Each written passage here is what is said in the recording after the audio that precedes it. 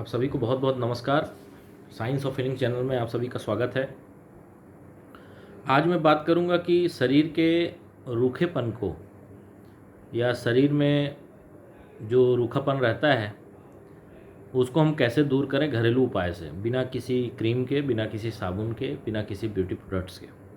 अक्सर ऐसा होता है कि हम रूखेपन को दूर करने के लिए तरह तरह के जो है मार्केट में उपलब्ध जो केमिकल से युक्त होते हैं उनका इस्तेमाल करते हैं, जो लॉन्ग टर्म में कई बार उसके एडवर्स इफ़ेक्ट्स होते हैं। स्किन एलर्जीज हो जाती है, स्किन में कई सारे रोग उत्पन्न हो जाते हैं। और ऐसे घरेलू उपाय मैं जो है पिछले 1 सालों से उसका नियमित प्रयोग कर रहा हूँ, जब से कोरोना लगा है, और उससे काफ़ी मेरे स्किन में फ़ायदा भी हुआ है और स्किन पहले से ज़्यादा अच्छी भी हुई है।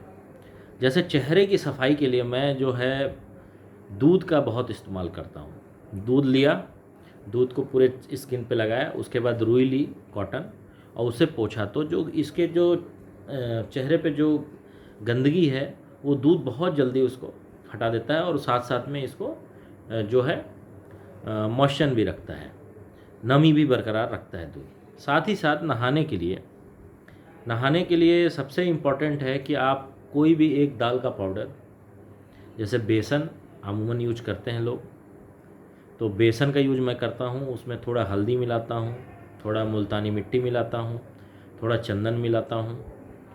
ये सब को मैं मिक्स करता हूँ। कई बार संतरे के छिलके का पाउडर भी मिला लेता हूँ। ये सब को मिक्स करके पेस्ट बनाता हूँ। उसके बाद मैं पूरे स्किन पे, मतलब पूरे शरीर पे उसको लेप लगाता हूँ। लेप लगाने के बाद मैं कुछ देर तक छोड़ देता हूँ, जैसे मान लीजिए 3 मिनट 4 मिनट के लिए मैं वो हो जाता हूँ। फिर उसके बाद मैं रगड़ के नहा लेता हूँ। साथ ही साथ बालों के साथ मैं करता हूँ आंवला, रीठा, सिकाकाई। ये तीनों को मैं शैम्पू नहीं लगाता। आंवला, रीठा, सिकाकाई को इक्वल अमाउंट में लिया, थोड़ा थोड़ा ले लिया, उसको डुबो के रख दिया ओवरनाइट। गर्म पानी रात में किया, ओवरनाइट डुबो के रख दिया। सुबह जब नहाने गया तो उसके पहले मैं इसमें मालिश कर लेता हूँ बालों में। तो अब मतलब एकदम नेचुरल चीज़ों की तरफ जाना है अपने को, क्योंकि अक्सर हम ये देख रहे हैं कि आजकल केमिकल का यूज खाने से लेके, शरीर में लगाने से लेके, मतलब हर जगह हो गया है। मतलब इवन कि कहा जब खेत में जो अन्न उपज रहा है वहाँ भी यूरिया डाल रहे हैं। तो अब आज का सबसे बड़ा चैलेंज ये हो गया है, अब सबसे बड़ा चैलेंज पैसा कमाना नहीं हो गया। सबसे बड़ा चैलेंज हो गया कि हमारे पास सब कुछ है, उसके बाद भी हम स्वस्थ कैसे रहें, हम इन चीज़ों से कैसे बचें। तो साइंस ऑफ हीलिंग चैनल में मैं बार बार इस चीज़ पे जोर दे रहा हूँ कि हमको नेचुरल होना पड़ेगा, हमको जो है प्रकृति की तरफ वापस आना पड़ेगा, चाहे वो अपने स्वास्थ्य के प्रति हो, चाहे अपने सोच के प्रति हो। अगर हम नहीं आएंगे तो ये जो आज हालत है, आज आप देखिए चारों तरफ कोरोना कोरोना लोग बोल रहे हैं, लेकिन अगर आप डाटा उठा के देखिए तो डायबिटीज़ से ज़्यादा लोग मर रहे हैं, पैरालिसिस से ज़्यादा लोग मर रहे हैं, या अन्य डिजीजेस से ज़्यादा लोग मर रहे हैं as compared to this virus. उससे तो बचाव ज़रूरी है, लेकिन मुझे ऐसा लगता है कि अगर हम अपने नियमित चीज़ों को, मतलब अपनी दिनचर्या को चेंज करें और खान पान के थोड़ा उसको चेंज करें और थोड़ा सा प्राकृतिक रूप से चलें, तो कहीं ना कहीं वायरस भी हमसे हार जाएगा। क्योंकि सारा खेल हमारे प्रतिरोधक क्षमता का है, इम्यून सिस्टम का है, कैसे भी उसको करके बूस्ट करें। दूसरी बात यह है कि आप कुछ भी हो, कम से कम टहलें और व्यायाम जरूर करें। और भारत में रहने वालों के लिए, जैसा मैं बताया हूँ कि राजीव दीक्षित से इंस्पायर होकर ही मैं इसको चालू किया हूँ, तो अकॉर्डिंग टू अष्टांग हृदयम जो पुस्तक है वाग्भट जी की लिखी हुई, तो भारत देश के लोगों के लिए सबसे अच्छा जो व्यायाम है वो है सूर्य नमस्कार। तो सूर्य नमस्कार आप घर में भी कर सकते हैं और टहलें। तो ये, और डेली अपने शरीर का मालिश करिए। मालिश शरीर का होना ही होना चाहिए, और मालिश हमेशा नहाने के पहले होना चाहिए और एक्सरसाइज के बाद होना चाहिए। ये जो है हमारे 18 से 60 साल के लोगों के लिए है। बच्चों का मालिश तो होना चाहिए, बच्चे तो खेलते रहते हैं, उनके लिए व्यायाम बहुत आवश्यक नहीं है, खेल कूद में ही हो जाता है, तो उनकी भी मालिश होनी चाहिए।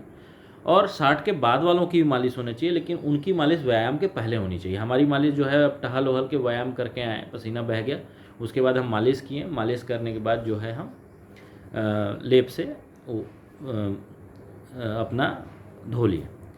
अब मैं थोड़ा दांतों की तरफ आ रहा हूँ, क्योंकि आज मैं सोच रहा हूँ कि थोड़े ऐसे ऐसे चीज़ आपसे शेयर करूँ जो जिसका मेरे को बहुत चेंजेस मेरे लाइफ में मिला।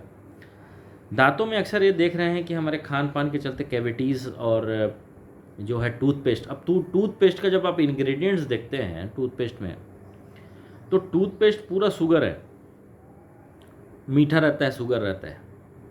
और हम एक तरफ तो बोल रहे हैं भाई तुम जो है चॉकलेट मत खाओ, तुम जो है ये मत खाओ, तुम्हारे दांत खराब हो जाएंगे, और दूसरी तरफ हम रोज़ सुबह सुबह उठे नहीं कि वो करना चालू कर दें।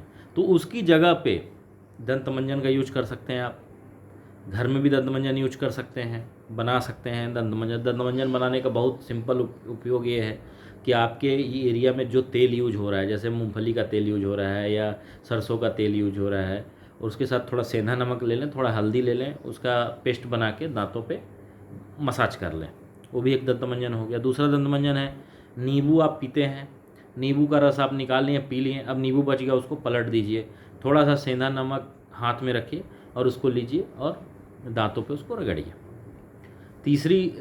तीसरा तरीका जो है, जैसे आम का पत्ता है उसको लीजिए, 4-5 पत्ता दीजिए, लुद्दी बनाइए, लुद्दी से उसको साफ़ कर लीजिए, या कोई भी दातून आप यूज कर सकते हैं जो वहाँ पे अवेलेबल हो, मार्केट में मिल जाता है, बट शहरों में भी मार्केट में मिल जाता है। मैं तो पिछले 1 सालों से दातून ही कर रहा हूँ, और मेरे जो इधर किधर के दांत थे सारे अभी बहुत साफ़ हो गए। पहले जितने गंदे थे वो बहुत साफ़ हो गए, पहले से ज़्यादा साफ़ हैं, और मैं ज़्यादा अच्छा मुँह भी साफ़ महसूस करता हूँ पहले से।